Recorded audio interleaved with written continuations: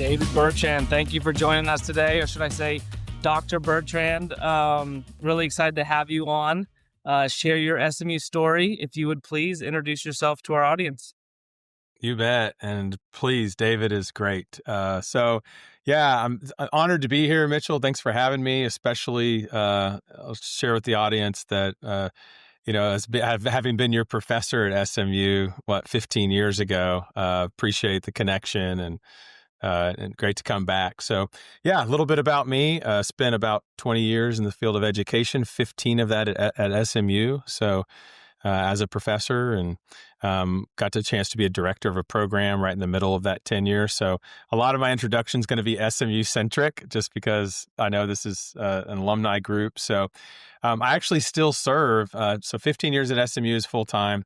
I still serve in a contract position with the Cox School of Business. There's an arm of the business school called executive education. So I still work with them on a contract basis. That's about anywhere from a quarter to a third of what I do full time now. I'm also an alum. So I graduated with my doctorate in 2018 from SMU. So not only have I taught there, but also now graduated from there. Fun fact, my parents' first house was on Rankin. Okay. Right by Snyder Plaza. Yeah. My wife and I's first place was in an apartment that's no longer there on Rosedale. Okay. Kind of right behind the tuxedo shop over there. So that's kind of neat, both close to campus. And during high school, I lived on McFarland for a few years. Before that I remember it was, what would that have been? High school would have been, 20 years ago. And so I remember when SMU bought the house from my dad, and it took 20 years to be able to bulldoze it, and that's where the graduate school is now. So I used to take my Labrador Retriever to the fountain every day. So all that to say, I'm also a legacy. Yeah, I was also a legacy. My mom, I had some uncles and aunts go to SMU, so lots of SMU as part of my makeup, and so big deal. This will be fun. I'm excited. You'll be the first person we've talked to who has the degree experience, but then also a little bit behind the curtain of faculty and education, and kind of what we talk a lot about the student perspective, right? And some of those are from alumni, but understanding maybe what you saw from both.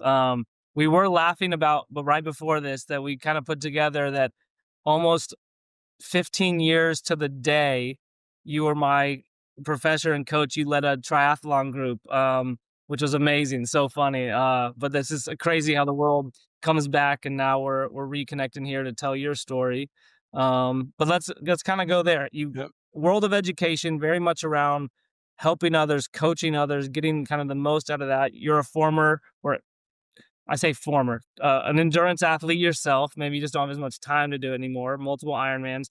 How did all the stars align to where your interests, education background, that you kind of found SMU and kind of began this career that you probably didn't know would turn into what it is today, but where education maybe was that, and coaching was that, kind of light that drew you closer?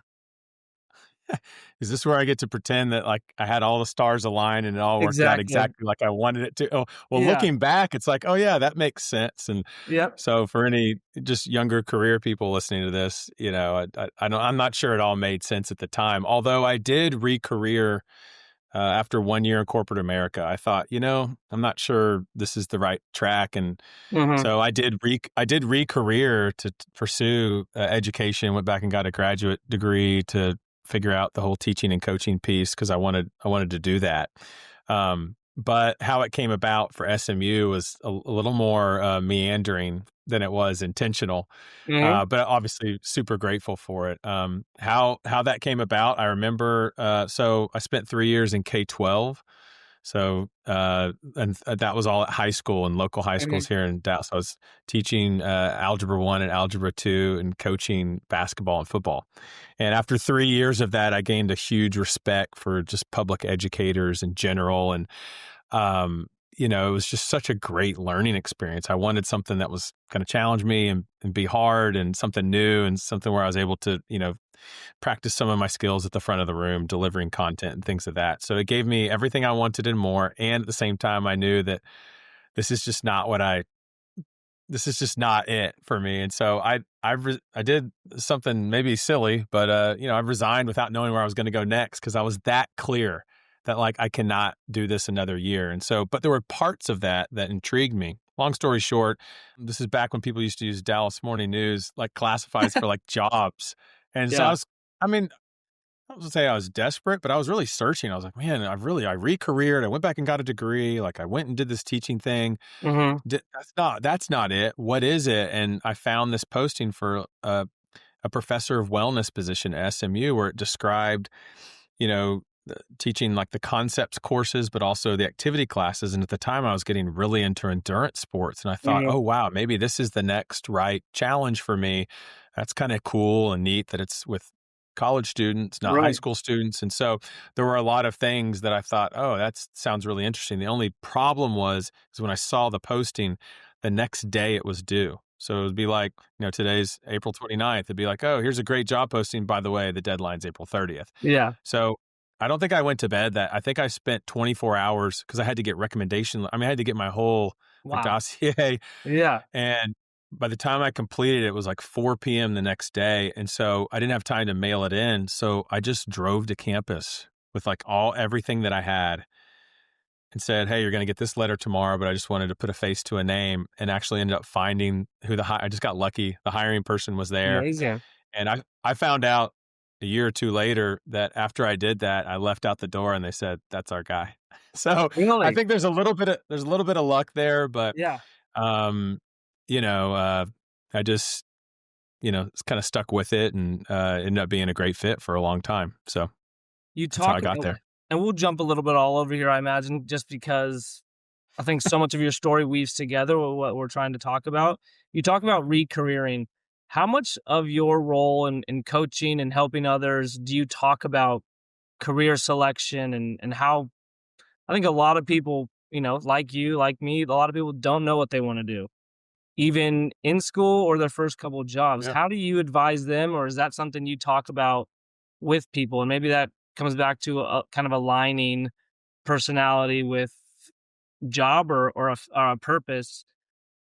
Can you touch on that at all, kind of from your lens? Sure. I look at whether it's from college to the next level, or someone who's in a like career transition, maybe like manager to leader, or even someone who might be looking at different industries, something totally different. I look at all those situations, and I guess the common thread is this idea of transitions, that in life, in business, and even in personal reasons too, we're evolving, we're emerging, we're becoming, we're developing, and there's all these. Sometimes it's a fork in the road, but a lot of times it's there's an opening occurring, and so I hear what you're talking about, one transition, which is could be this early career transition. The one that I was involved in at SMU was a transition from college life to the real world, and so there is a structure that you can take on to get some clarity for these transitions that can help you move forward with more boldness or more confidence or with new insights. It's not ever going to be totally certain. I think sometimes we really want to make sure we dot all the T's and cross it. We want to make sure we're doing the right thing. But I don't know if we're ever going to get the certainty that we're chasing. So sometimes it's just getting clear on the values that we have. And there's a little bit of risk. There's a little bit of faith sometimes in following those threads. But I think that can be scary, but it can also be really rewarding. So I think of it in terms of transitions. Okay. So as you transition, start teaching at SMU, it starts with a wellness course. It aligns kind of with, you mentioned endurance sports, your ability to kind of share that knowledge with a new group of people. How did then your career at SMU change from a coaching and teaching perspective? What led you kind of the next thing? And then maybe, again, seems like you're someone who kind of uncovers rocks and then goes a little bit deeper and is like, hey, I like this coaching thing, or what more education and background am I getting it?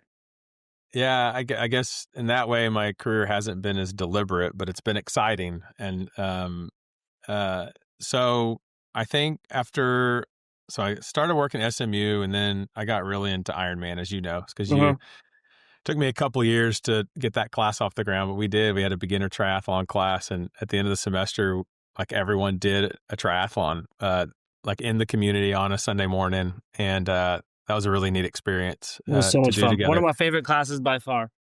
Yeah, and for me too, because I mean, those are memories that we'll always have, and if they end up flashing that picture, I mean, we still have documentation from that Yeah. group being together, and I get to keep up with people still, so that's pretty special to me as well.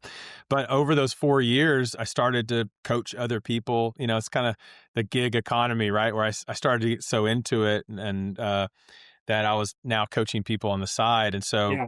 I found that my interest was in wanting to pour into that, and so I ended up after 4 years leaving SMU and doing that full time. I was certifying coaches with the U.S. Olympic Committee that Wow. wanted to be certified USA triathlon coaches. I got to even do some certification classes at the Olympic Training Center and learn from. I mean, I was getting to learn from like triathlon's a younger sport, so imagine Mhm. like having Vince Lombardi as a football coach or Right. John Wooden as a basketball coach teach some of these seminars for that sport of triathlon. We had access to all of the The greats. founders Yeah. and some of the greats, and so I really got immersed in that. I think one time I even did a research project on the greatest triathlon minds of our time. So I loved culminating what all these coaches had to say about the Yeah. sport and then figuring out a way how to share it with others. So I did that for a couple of years. And then, but I still stayed friends with the dean at SMU. Okay. And we I were got I still gotta actually, jump in real quick. I yep. feel like there's such a parallel between endurance athletes and successful business professionals. I feel like they align so well. Is there any common thread that you picked up in that world?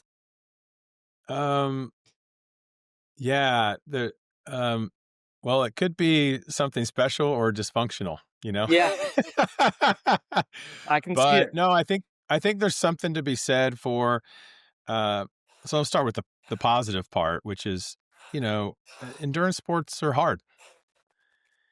And I think that maybe without knowing it, sometimes we have this picture of how things are gonna be, and sometimes, uh we're tested of how bad we really want something when it Yep. it gets really tough, and you can look at the numbers in terms of entrepreneurs and people that have started I mean, or even started marriages. There's a lot of data that would suggest like, okay, like the odds are stacked against you. You sure you want to do this? And so when I think about endurance or I think about executives, I do think that there's some sort of welcoming or acceptance for doing hard things and this enthusiasm for persevering or grit Mm, or learning. And again, sometimes when you're in it, it's like, oh man, this is even harder than I thought it was going to be. But I think there's I don't know, acceptance is the word that comes to mind. And so, but it's never comfortable. The more you do it, I think it can get easier, but it's still never easy. So yeah, I think there's some natural parallels. But yeah. again, it's not like I'm trying to glorify that. Yeah. 'Cause sometimes the message for those groups are, hey, have you thought about celebrating your life? Have you thought of like, don't know how to relax, don't know how to actually Right. step back and recover. And so a lot of times, you can find those types of personalities getting burned out as well. And so Gotcha. I think there's a rhythm to extracting the best from that type. But that's a really good question. I think there are some parallels for sure. So yeah, I cut you off. You stay in touch. Yep. You're doing that. You're pouring your energy into helping these others kind of meet their potential, but at the same time, you stay connected with the dean at Cox and kind of have Oh, that that's right. window and door still open. Right. So I'm still running buddies with the dean, and I remember he said, "Hey, we're going to launch a new program at SMU, and it'd be great if you would mind consulting on it because I think it could." He saw what I was doing with the Yeah, U.S. Olympic Committee and a lot of the just enterprising and things he I was was a up running to. buddy of yours. He was my former boss, so we got to Yeah, SMU at the same time. His name's David Chard. yeah, He's yeah. very well regarded at SMU. And he later went on to be the president of Wheelock College and then the dean at Boston University after that, after they merged the universities. So yeah, we had come to SMU the same time, kind of started a friendship. And then when I left, stayed in touch. And he said, hey, we're building this new program. Would you mind coming to consult on it? So I said, of course, I'd love to be a part of helping launch this exciting new. And before you know it, I don't know how many meetings it was like, hey, we'd really like for you to take the keys to this and run with it. How about you design the curriculum? How about you hire the faculty? Wow. And just gave me the experience. So I was 33 years old at the time, realizing that, okay, these opportunities don't come around too often. And so I jumped on it and I came back. So I was gone, 2 years? Yeah. And came back to SMU in 2013. And then what was the program? What did they want you to build and create? So the Applied Physiology and Sport Management program is the name. It's in the Simmons School of Education, Human Development. And what I was able to do is bring some of my leadership interests and see how we could merge that with the sport coaching community. So awesome. It was all these things I was doing with triathlon, and then I had real boots on the ground experience, and I was going to bring some of that. So this was going to revitalize the classroom for me. I wasn't going to be teaching the same stuff I was. It was going to be more academic in nature. And, within a couple of years of being back, I thought, well, if I'm going to do the higher ed thing, I may as well get a doctorate. And so that's what I consider the last 10 years was building the program and then kind of finishing off my formal education, which was a huge effort as well. So give us a little 101 or as much as you can on, the doctorate in education and kind of how that applied to your mindset of coaching and kind of that industry as a whole. I think a lot of people think of coaching and the side of that. Maybe it's only for the C-suites of the world or the people who can afford it. But maybe give us an overview of that industry and where it applies and how important it is really to everyone. I'll start with the last piece first. I mean, coaching is really for anyone. And I got, again, really lucky and fortunate. One of my triathlon clients, he came to me with 6 weeks before his first half Ironman and said, I think I need a coach. And I said, when's your race? He's 6 weeks. I said, usually people give me 6 months to get them ready. And this guy was in his 60s and had just hurt himself too. And so the cool thing about that story though is he is an executive coach. And so it started this mentor, and this individual also ended up being on my dissertation committee when I graduated from SMU. And so started off in triathlon. And so I started to learn about inquiry. I started to get a sense from having some great mentor and leadership at the Simmons School, but also learning about this executive coaching piece and what's strange, it's coming to me right now, is both of these individuals were named David, which is crazy, which is also my name. So there's this, but through that, I started to get a real sense of, this is, I was learning what I think I wished I could have had the opportunity to been around earlier. And so part of the purpose that started coming into my teaching is I'd love to get exposure to and to help educate or make available some of this information to people younger. And so I think that purpose in and exposing people to what I was learning was really important to me. And but the executive coaching piece just became a new avenue to express, I think, what I was already doing. Of course, that comes in corporate America. Yeah. But if I look back, I mean, obviously I had to hone and refine that skill, but really coaching is all about being curious and asking questions that can help provoke something or introduce new possibilities that weren't there before, or to help unpack something that's really got somebody stuck. And, a lot of that we were doing in our class together, and it wasn't in the sense of executive coaching, but, we were problem solving. And so, that was just a little bit about kind of how coaching can be relevant for anyone and kind of how that came full circle with the doctorate degree. It wasn't, the doctoral program at SMU was for all full-time people. So we had I think it was called an executive cohort, which means we were all doing our full-time jobs Monday through Friday, but one time a month, and we did this for 3 years. One time a month, we would show up on Friday at 3 p.m., have class from 3 to 9. Saturday, I believe it was 8 to 5, and Sunday, 8 to 4. And we did that once a month for 3 years. Wow. And that's just for the coursework piece. That's Yeah. not counting the dissertation. And so it really was a commitment. I'm really grateful. I had the support of my family to help through that. But that's how we were able to take what we were doing like as a practitioner, like teaching and being an educator in higher ed, but also take on the bigger challenges and questions of the day, which for me were all about transformational leadership and executive coaching. And so for those of us who maybe weren't there at the time, what's kind of some of the things they could take away from some of your classes while you were teaching during that time, coaching for performance? Or at least what were the things you were hoping your students would come away with Yeah. stronger and better with once they passed through that program? Yeah, self-awareness, I think, is one of them. Like we Okay. did some exercises that would just do some self-discovery. I think having a growing sense of kind of who you are in this world and who you're becoming and being able to have language and communication around that Mhm. is a separator for wanting to become a leader. And so we would, study people that have done that and then give students an opportunity to practice that. And so for a lot of them, this could have been the first time they may have even Yeah. done some of this introspective work before. And so that's it. A lot of it too, this is stereotypical, but I would use coaches like kind of household names in the sport Yeah. coaching.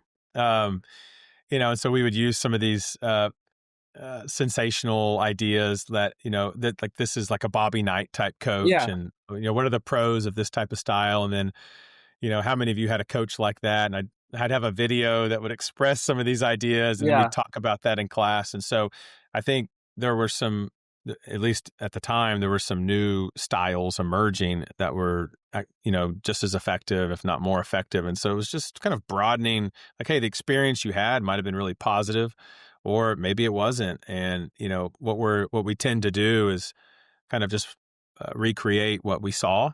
And so what if something that you saw wasn't something you want to recreate? Then that's going to take work to figure out, well, what is it? What wake do you want Mhm. to make then? And so that would summarize a lot of, I think, what my classes were about. And of course, I'm trying to model this too. So it's Yeah. imperfect, right? And so Right. sometimes I get feedback that, kind of who you are at the front of the room can sometimes be just as important as what you're saying. And, so I always tried to hold myself to the fire on that Yeah. too. Well, and so are there tools out there for those folks who maybe don't have a coach or to work on that self-awareness component or ways to get better in that regard outside of obviously maybe they would love to hire a coach, but what are some Yeah. of the things they can do on their own to kind of maybe unlock some of those things that they haven't been aware of? I think the most obvious thing that comes to mind is reading and exposing yourself, or podcast, whatever your way of consuming Okay. information. I think even just learning and staying open to learning Yep. is a huge way. But then that doesn't totally help you, because now you're trying to figure out, well, how do I want to show up in the world, and is how I'm showing up actually consistent with uh, consistent with who I want to be? And so the next step from just learning about some of this would be to ask the people that you can trust that are around you Mm.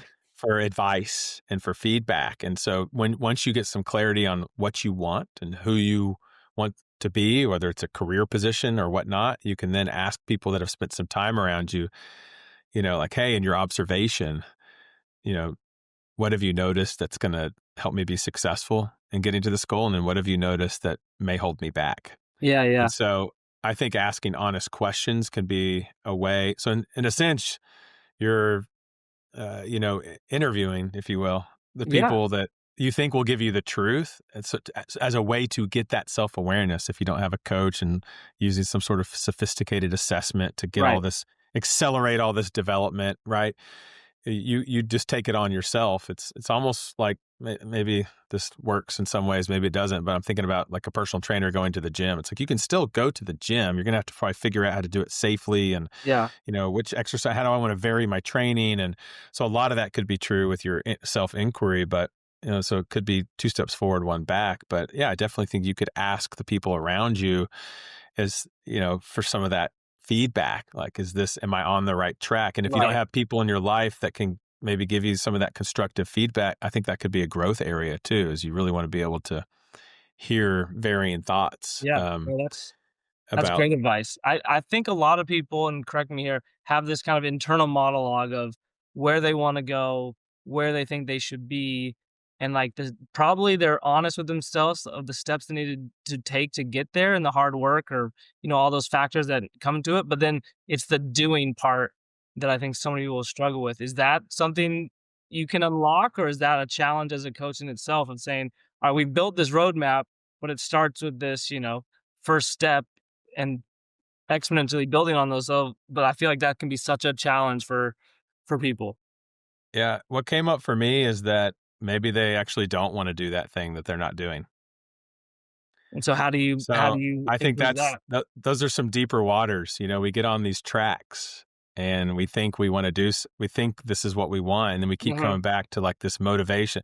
And so I think there could be, again, some deeper questions there about what you really want versus kind of this, how we've maybe been, this is, I think every human being's experience at some point where we've been socially defined, right? This is I remember, like I can tell you, there's a major at SMU that I think when you're a freshman, 80 to 90% of students want to become this major. And if you're an SMU alum, you probably know what it is. And so there's a process of unfolding where whether it's forced or whether it actually comes from within, where you start to determine or start to maybe peel out the onion of, oh, this is what I really want. So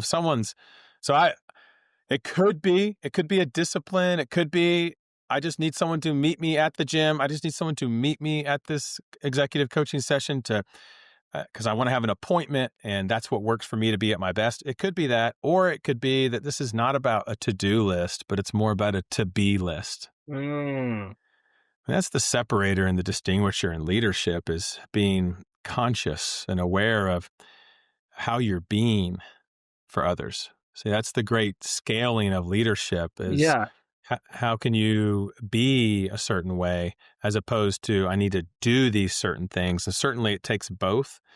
And I think what's more rarefied air is the being piece. So I love that. No, and you've obviously been coaching and educating for 20 years, right? And now this is really, you're giving it your full time. Not that you weren't before, but you just don't have the teaching requirement as much. You got a little time. What gets you most excited about coaching, about what you're working on, and kind of some of the bigger items that you're trying to tackle in your industry? What gets me most excited?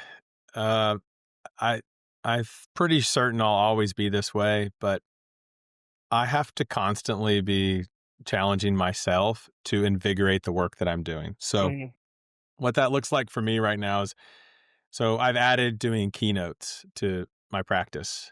And it wasn't something that I sought out to do, but I kept getting asked to do them. And I didn't think maybe the first couple went that well. And so I got asked like the fourth time to do it, and then thought, all right, I'm going to sit. And all I could think about the next 48 hours was how to improve. So I always say, watch out for that guy or gal who's not very good yet, but that just has an enthusiasm and love for doing it. So I thought, oh, well, maybe this is my thing. Maybe this is like what I'm a beginner at, but that I'm able to add value. Oh, beginner for me, because when you think about it, like I've had 20 years experience at the front of the room, but in this format, there's the whole unwritten syllabus about how to move the audience and do that. So that's what gets me excited, is how can I take the experience that I have, but to learn like what the next level learning is so that I can keep, because now that's informing what I do in workshops, and what I do in workshops informs what I do for corporate offsites.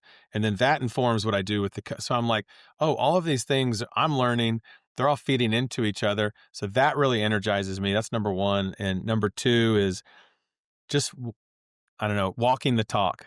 If I'm asking leaders to do hard things, if I'm asking them to be bold, if I'm asking hard questions that are going to require that, they kind of have these moments of doubt or introspect, all of this stuff, I better be doing it too. So whenever I get clear on what my next challenge is, and that gives me energy as well. So for example, like this happened less than 3 days ago, I committed to doing Mount Kilimanjaro in January of 2026. So for me, that's a physical challenge, but it's also a mental one. And it's something that as I think about leadership, I think you have to do the things that You're doing it sometimes aren't. unguided, all by No, no, yourself? no, I'm doing it with a group. No, yeah, Okay. I'm just showing up. I'm gonna buy the permit. I'm just gonna do it solo. No, I'm doing it with a group, of guys, and, but it just reminds me that, you have to keep modeling this. You have to keep Mhm. pushing yourself in terms of what your values are, and so if it's something you're just saying is good, like, when I first met you, I was doing all these races. I mean, it was almost like breathing, doing Yeah. triathlons, Yeah. but now I've got kids that are 13, 12, and 9, and, I'm not really sure they've seen dad do anything physically. Yeah, I mean, I Right. stayed in shape, I'm doing Yeah, yeah. so They I'm weren't in thinking about. Kona cheering you on, seeing the Exactly. So I'm thinking about those things differently now, and if that's important to me, then yeah, is it a sacrifice? Do I want to be gone from my family that long? No. There's some things that I might not want to do, but it feels aligned, even though it's not going to be easy. And so that also, I think, energizes the work that I do with people. If I'm up to something big, I'm more likely to ask them to be up to something big, pass it on, yeah. and it's going to change the energy that I have when I'm doing the work that I do, which the work that I do is, championing potential. The work that Yeah. I do is, bringing out the best in teams and others. And so, my sense of that is, you better be doing that yourself, and if you're not, maybe that's okay, but it might come across a little flat or without that edge that I think Yeah. differentiating. No, I think that makes total sense, and I'm glad you mentioned the keynote piece because 'cause I'm one of those people who asked you to do it, and you'll be doing it for our group, in Looking forward September. to it. So that'll be exciting.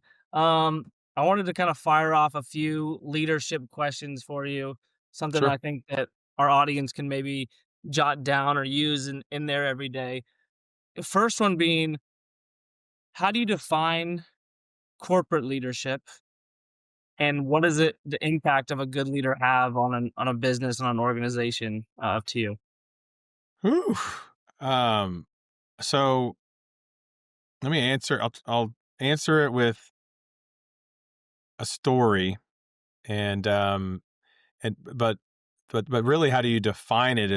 This is influencing a group of people towards some sort of common vision. Mhm. It's probably the easiest definition that I've seen is the process of influencing others towards a common vision. And when I was really early in my career, I had a great opportunity to have an immersion, 1 year experience, right, where I actually was employed by this company that I look back on. And when I teach some of the things I teach now, it's not like theoretical because I researched it and wrote a dissertation on it. It's Mhm. not practical because I've seen it work with X industries and this leaders on whatever levels it is. I think a lot of it actually comes from this immersion experience I had in 1 year in corporate America, where I got to see and experience and live into a culture of people Yeah. who aren't just talking about it. And people are going to guess what it is before I actually reveal it. But this is a company that when I went to work there had less than 500 employees at the home office. It was a chicken company in Atlanta, Georgia, that I honestly felt like I was taking a risk going to work there. They had one store in Dallas. They had Mhm. one at the college that I went to, which it was Baylor University for undergrad, that I never ate at. And so I Mhm. thought, man, not really crazy about this product, but I just love the people. And so at this company, less than 1,000 stores. I think at the time they'd made less than $1 billion, and then that was in 2001. So now we're what, almost 25 years later, and the company's Mhm. Chick-fil-A. And most people have heard of Chick-fil-A at this point. In fact, I saw the Jeff White is his name. He opened the first freestanding unit or the second freestanding unit in Dallas, Texas. And Mhm. when I was at Chick-fil-A, in Atlanta, I got to come and open that store with him on Lovers Wow. Lane. It's actually the one right by, not the one on Hill. Yeah. Well, he asked the one on Hillcrest too, but Yeah. it's the one on Lovers that I helped open. Anyways, that was 24 years ago. I saw him 2 months ago, and I was like, "Hey, man, how you doing?" He's still doing the stores. I was like, "I remember being with your mom back in that back office, setting up the IT system for your Yeah. store." And I said, "Oh, it was this big risk that I took, blah, blah, blah." And I talked about this before Chick-fil-A had made $1 billion in sales. And he said, "David," he said, "Chick-fil-A surpassed 1 billion in the Dallas-Fort Worth area alone last year. Oh my gosh. So to answer your question about does good leadership make a difference, I can tell you that at that company, there was a sincere desire that they followed up on about care for the employee and just a commitment to your development. In fact, they were so committed to my development that it didn't matter to them if now they wanted me to stay. And I was like, hey, I'm taking off. I'm going to go via T. They're like, oh, do you want to do this? Like they would have put me in there. Do you want a Chick-fil-A? I mean, they were so committed to me, but we didn't have to talk about results, but results were important. And I think what I see a lot of leaders just making the mistake of is when we're not getting the numbers and the results, we have this shorter term view on results. If we don't get results, we got to learn more about accountability. And if we don't have the accountability, that means we've got to like crank the screws on commitment. And so I think once you've experienced that environment where you see how it can actually work, have a different perspective, more of a long-term lens. And by the way, last time I checked, I don't think Chick-fil-A is hurting for results. Right. But it takes a total mindset shift to access it and have the patience to pull it off. And so, yes, these leadership competencies that we talk about in coaching and in any workshop, the ones that are highly correlated to overall leadership effectiveness, my belief is that it can make all the difference. And if you've ever worked in a company with a bad leader on a team, with a leader that doesn't have awareness of anything I'm saying, and it wasn't positive, then you know. And certainly I've been with those leaders too. Exactly. And I've been with those. And so that's also informed, my point of view and some of the conclusions that and some of the research and practice that I've learned, that's informed a lot of that as well. And so you have a great leader, it can teach you a lot, but sometimes we learn more from the really poor leaders, and that can help deepen our beliefs about how things should and could be. So I think that bleeds next perfectly into authentic leadership. Why is that such a priority in kind of some of the messaging and teachings you have?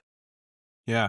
So when you say authentic, what do you mean? Are you like, mentioning that as a style, or what do you mean by authentic? The leader, like they're maybe their own authentic self, and that the importance of that to, how they communicate to others, right? Maybe they're not just following, like you say, the John Wooden book of leadership. They found the way that matches their values and how that impacts their ability to motivate. Perfect. So definitely understanding the question differently. So what I'm hearing is that there's all this, you go to Google, you can go to Amazon and look at leadership books. There's all these different things you can read about how to be a great leader. And yet at the same time, there's this road less traveled, let's call it, where you're going to take all of this stuff that you're learning and you're actually going to make it Mitchell's. Or I'm going to have David's version of my own personal leadership philosophy that I'm bringing to the world, as opposed to just absorbing all of these best practices, which is great. There's a sense of creating your own space and your own philosophy, let's call it. And so I think that when you do that, and when you refine that, and when you keep coming back to that, whether it's weekly or quarterly or yearly, you're looking at, is this who I want to be? Is this what I'm about? I mean, that's a process that some leaders that I've spoken to have worked on for decades.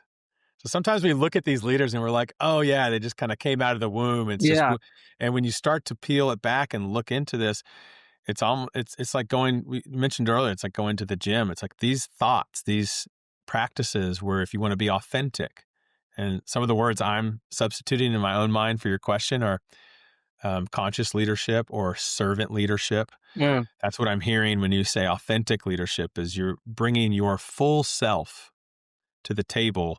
And this is an imperfect process, and, it's never ending. And, but I think your ability to do it and to show up as authentic as possible is vulnerable. Yeah. And I think depending on the industry and depending on the tradition and the history of the corporation or the company that you're in, it's probably going to, the risks are going to differ for showing up authentic based on what the social practices are and what's accepted there. So a lot of times it can feel pretty bold, and it might even cost you something, depending on how authentic you want to be. Or maybe you try something on that's like, well, I thought but that didn't feel like I thought it would. So there's this experimentation. A lot of this happens in coaching too, where you're like, well, what's happening now isn't working, but until what's happening now is actually more painful than you not making a decision to change it, then that's usually what gets people out of it. And so when you start this process of, well, what is my authentic expression? That can be, it's not like that's just going to come out right away. It could. And I think you're even still learning. So that's a little bit of just kind of thoughts on authentic leadership. Throughout all the CEOs and executives you kind of work with, what are some common blind spots or pitfalls that kind of keep reoccurring in the early process as people come to you for, coaching or support? Yeah. And sometimes the commitment to come is practice. Like if you come, it's great if you come to coaching and there's already a problem or something that's getting you stuck. But a lot of times when you go through the introspection, what we actually end up addressing may not be in totality what you bring. And so to think that you actually have to know what the problem is before you show up might actually be illuminating. Because you use the word blind spot. Yeah. So you have to have this belief that, hey, I've heard of this idea of the growth mindset. If I buy into that, that means that there's so much out there that the more I learn, the more I realize I don't know. And that part just keeps getting bigger and bigger. And so, wow, that'd be great to have a thought partner, whether it's a friend or a colleague or a parent or a coach, to help me accelerate getting access to this whole realm of what I wasn't even sure I didn't know. So a lot of times coaching will attract that mindset, which is, hey, I've got so much to learn. I value having a sounding board. I value exploring blind spots. For a lot of people that have never stepped into that, this is a real unknown. What is a blind spot? And why would I want access to that? My job's going pretty well. Yeah. Like I'm getting results. Like this is like, why would I want to mess with that? And especially if you're a high achiever. And I think the best example for that is the performance paradox with Tiger Woods. And I know, many people on this podcast will know who Tiger Woods is, and but they may not know, since this probably, if it's your age group, Mitchell, but in 2000, Tiger Woods, he won the Tiger Slam, which if you think about golf, that is almost ridiculous, unbelievable that he was able to win 4 majors in a row. It wasn't in the consecutive year, but over the course of one, he won 4 in a row. And then after that, he changed his stroke and broke it back down. So imagine being the best in the world. Right. So there's a lot of leaders here that are like, yeah, I graduated this and I got this. People are like, I'm doing pretty good, much like Tiger Woods, where it's like, yeah, are you the best in the world? And then Tiger decides that there's another level for him. And when he breaks down his stroke or builds it back up and does all this crazy stuff, like, I think the media was pretty hard on him. He wasn't winning. And everyone's like, why would you do that? Why? Like, just go back to what you were doing. Yeah. And then if you follow the story, you'll know that 12 to 18 months later, the level of dominance that he had on the game for that next decade. And it's because there was some sort of, we're looking at Tiger today as a model of, human performance. And if you think about performance and being a great leader, then there has to be some sort of internal drive that says, hey, it's not, yes, the results are coming. And this is where it correlates to Chick-fil-A. I think, yes, the results are coming, but there's something else that I care about. And what he cared about was he saw something that others didn't. And that took a lot of courage to go through that dip, to then persevere out of that, to have the results. And so my sense is that not everyone is thinking about the dip. The dip isn't sexy. The dip isn't popular. And a lot of times a coach can be really helpful for that reinvention process, because you're not doing it alone. And a lot of people around you are going to be saying things that may cause you to go back to what you were doing because they saw you being successful for that. But for you, there was something incomplete. For you, there was some other direction to go. And I think that takes some confidence and some belief, and Yeah. honestly, a lot of risking. I don't think you can ever get past that uncertainty piece. Right. And so that's just, I don't know, something that I see, and just a helpful Yeah. frame for thinking how to, you know, move through the decision about what coaching can provide. So, and then two more kind of want to touch on. We talked on before. I think this is applicable probably either to people in their job role, and maybe they're the top of their field at sales or XYZ in their firm, and they're now getting promoted to a leadership role, or those leaders looking to promote those Yes. within who are the best. What struggles and kind of what are some of the common pain points? I don't even know the right word for the people who are great at doing, but maybe haven't had either the experience or don't understand kind of the next step in leadership of leading those people. So the technically sound and maybe not the best people management. How should they, one, if you're that person getting promoted, how do you transition to that with as much success as possible? Or Mhm. if you're hiring that person, how do you then, you know, prepare that person to then succeed in that new role? The hardest, I love the question. The hardest thing I've seen those leaders deal with, the technically sound, is that you've been put in a position to produce results that maybe no one is, in terms of acumen and intelligence and the ability to control for those results, is so appreciated and so recognized that it only makes sense to reward you to the culture. And then you get in a position where now the game has changed. You're still responsible for those results. And yet now you're responsible for a team to Mhm. work with you to generate those results. So the new game becomes, how, and this is the hardest part, how do I let go of the control that I have Mhm. for liking being associated with those results? And now the game becomes, how can I create these people that I'm now leading? How can I get them to step into their best selves that are producing the same amount of results I did, if not better than me? And guess what? They're probably going to get there a totally different way than you did. Mm. So this goes back to you reflecting on your own career and what it worked Right. for you. Now I'm giving advice. Oh, here's what you need to do. Here, thinking that that advice is just going to click. Right. And maybe for some I'm a people it does think Yeah. it's going to click. And but then for some it's not working. And now you're starting to if you want to develop people, you're like, how do I unravel this puzzle?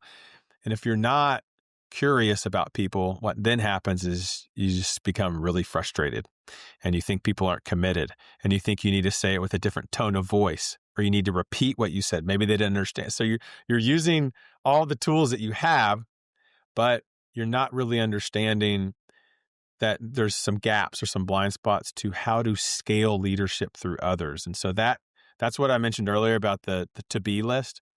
You got to where you are with your to-do list, Mhm. and now it's a totally different game.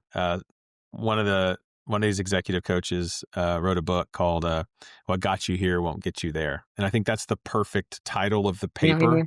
for what a lot of leaders are up against, which is, how do I get that guy, that gal, to take the next level, get her to the next level? Mhm. And it's going to be a totally different way than what you did, but now you're committed to the development of people. And this is what I think I got from Chick-fil-A. I got to see what that feels like.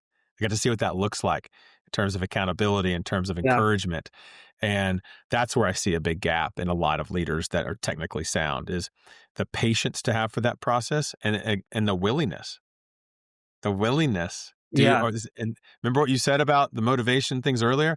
You just have to start to ask your question: is leadership really for me? And my hope is that the answer is yes, but it may not be what you thought it was. Uh, there could be some other dynamics here. And I think, the willingness to engage in that and experiment, and then you start to see the results, starts to open your eyes a little bit. So Yeah. that's the transformation process, where it's like, No. oh, I had no idea that that's what was going to move the lever. And it's like, yeah, we didn't either. We just knew what you were doing wasn't going to work, and we needed to. So here was our best bet to try and strategize a new way forward? Have you tried this? Or do you think this will work? Or what did they say when you said that? So you Yeah. just become, helping them accelerate that process. So I think a lot of the stuff you discussed, it's easy to see this in a corporate America setting, right? An established brand. I think you mentioned SMU has a unique alumni base of entrepreneurs. How would you encourage those founders, startup folks to Mm. think about leadership early on? Maybe when they have one employee or it's just them, how do they create that mentality as they continue to grow and build a brand or a business? Is that something you've worked much on? Yeah, I mean, I think the first thing I would say to them is, so you're an entrepreneur, and leaders are learners, and so they wouldn't be where they are in the success of entrepreneur if they didn't already have that. One Mhm. entrepreneur I work with, they were so good at sales, and they were so Yeah. good at learning what I'm saying. They had never applied that thinking to their people. And so sometimes it's just what you like to think about the problems and you like to think about whatever it is. And sometimes it's just taking that interest, that level of degree of competence that you have for one part. And then it could be as simple as applying it to another part of the business. And so it's bringing that learner's mindset into leadership if they want to scale and grow. And a lot of times it won't be a priority until they hit a wall or ceiling because they're not naturally, I mean, let's face it, like the reason I'm in this business is because I had some sort of like natural inclination for Yeah. personal growth and development. And Yeah. I've learned not every that does that's just Yeah. It's what not I everyone. am interested in. Not Yeah. everybody else is interested in that. So everyone has their own way of coming to the place where it's like, oh wow, like I'm not sure what the problem is, or I know there's a disconnect now. So whatever, however people get to the point where they're like, oh, I think I need to prioritize it. So I Mhm. would say start early with the habits of how are you going to operationalize leadership development into your Mm. business? Because the sooner you do it, the earlier you start these practices, the better off you're going to be in the long run because it's now going to be embedded into the culture. I love And it. so you just have to start to think about, what type of culture do you want to create? Right. And I understand not everyone, and Chick-fil-A is not perfect. I use them just because I was there, but there's a Yeah. lot of other companies we could list that really care about um, the experience the employees are having, and Mhm. that's not by accident. So for Right. any entrepreneur, that's probably some questions where I would start. So how are you controlling for, or what type of questions? How do you think about, and a lot of them maybe are thinking about those leadership questions, and the ones that haven't, maybe could start to implement some of that. But I think one story comes to mind. It's one of the authors that I follow is Adam Grant. He's an Mhm. organizational psychologist from Wharton. Has written some really great books. But in one of his books, he talks about there was an 86-year-old Nobel Peace Prize winner. In his session, he noticed him in the audience. I don't remember how many people he was speaking to, Mhm. but this Nobel Peace Prize winner came up to him after his talk. And I don't know if Adam was nervous, but he was like, oh, he wants to talk to me. And when he finally got up to talk to Adam, he started laughing. And so Adam in his book says, here's this guy who everyone knows is so notable, and he's laughing. And so I said, why are you laughing? And the Nobel Peace Prize winner said, because I've been wrong this whole time. He heard something that Adam said, and his reaction to being wrong as a Nobel Peace Prize winner, when he has no, and people will look to you and regard you as intelligent and all of these things, his reaction to being wrong and to failure was laughter. And I think we could use a little bit of more of that with leaders and Mhm. entrepreneurs, where do we have the humility to not really want our identity associated with? I mean, again, trust me, I'm guilty as charged. But when you're not worried about looking smart or looking or looking Right. success, all of those things, I'm noticing that some of these elite leaders, they're the ones learning more because maybe they've let go of some of that. But I think that's a journey that we all travel, and certainly that Peace Prize winner reminds me of, just because you've gotten some sort of recognition or some Right. sort of monetary compensation, and you've had results in the past, it doesn't mean that you know everything. Right. And so I would just remind the entrepreneurs of that, hey, this is lifelong learning. There's so Yep. many examples that you could bring into building a culture of that. But I think that's a great question because sometimes it's like those are really lean operations. Yeah. It's not like we've earmarked money for certain things that would happen. And Right. so I would maybe there's some resourceful ways that you could bring some of this content in or run it yourself Yeah, to start with baby steps on making it a part of your culture. I love it. So last one will be for you. What makes a great coach? Whether it's executive coach, professional sports coach, like you work with such talented individuals, I'm sure, with so much potential, and so many of them have met maybe a high level of their potential. How do you get that extra piece out of them? What makes a great coach? And then how should people think about when they're interviewing or potentially finding that coach or mentor, ways that they should think about it? Yeah. Well, I certainly think like, I'll answer the last part first. I certainly think the chemistry is important. So, a lot of times when they are interviewing, they call those chemistry checks. So, Mm, yeah, I think that's something to pay attention to is like when we're having this interaction, am I getting a sense that I like that.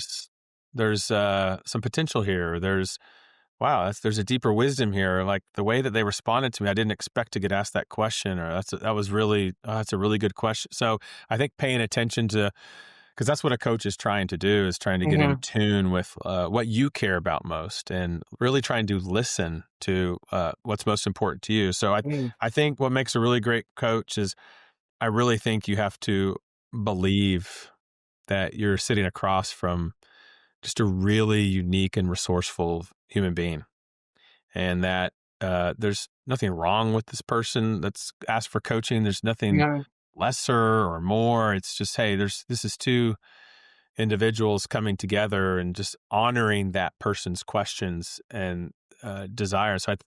So I think that belief has to be there, and that means that a good coach is non-judgmental, and that provides a safe space to explore deep questions.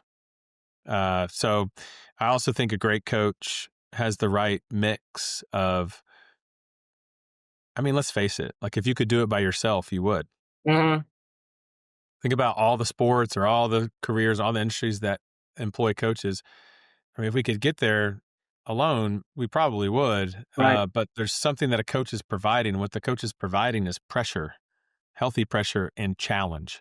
Yeah. And so a great coach is going to see that potential, and that maybe that's a little fuzzy or unclear to you at the moment, but the great coach stands for that future state that you say you want. Yeah. And at the same time simultaneously provides a care and a support to be with you.